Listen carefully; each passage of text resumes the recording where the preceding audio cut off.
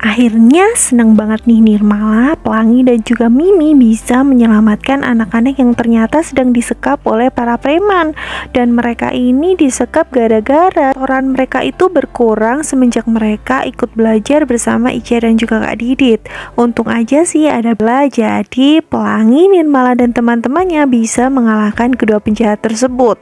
Dan Diana sangat marah sekali begitu tahu kalau anak-anak itu dalam bahaya. Ia pun memarahi Didit sebagai penanggung jawab terhadap kegiatan tersebut. Tapi Diana ini jadi mati kutu setelah Anas itu datang dan bersama dengan Pelangi dan Nirmala dan mengatakan kalau mereka itu anak-anak hebat sebab bisa membantu polisi untuk menangkap para preman tersebut. Dan juga anak-anak tersebut bisa segera ditangani oleh dinas sosial. Ya, kasihan banget si Diana udah ngomel-ngomel tapi gak ada yang belain juga. Satu sisi Ratna itu senang banget karena pada akhirnya ia bisa lepas dari Arifin, tapi ia juga kecewa banget. Kenapa sampai Ojon harus membayar Arifin untuk mau menceraikannya? Ini membuat dia semakin bingung bagaimana caranya bisa membalas budi kepada Ojon. Walaupun sebelumnya Anas juga memberikan sebuah bantuan dengan menggunakan jasa pengacara, tapi ditolak oleh Ratna.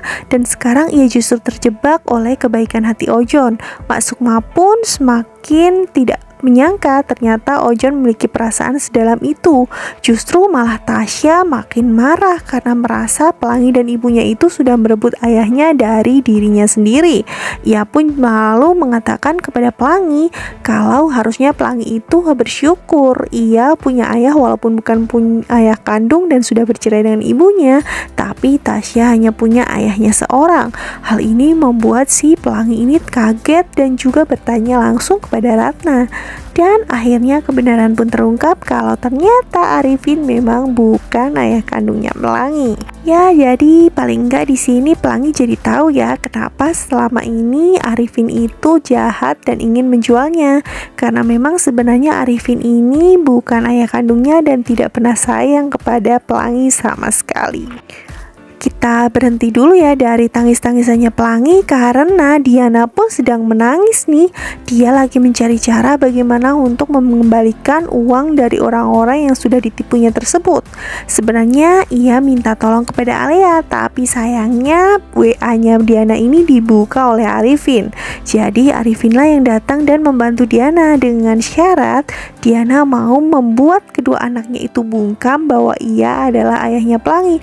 Wow, Diana ini sangat terkejut sekali karena ternyata Alvin yang selama ini ia kenal kaya adalah seorang penipu. Tapi Diana gak ada pilihan lain. Sepertinya cara itulah yang bisa membuat Ratna dan juga Anas akhirnya berpisah dan tidak memiliki hubungan baik lagi, dan ia akan mendapatkan keuntungan dari hal ini. Terlebih lagi, Alvin ini sudah merencanakan rencana yang matang bagaimana caranya untuk pindah ke rumah sewaannya itu ke rumahnya Alia.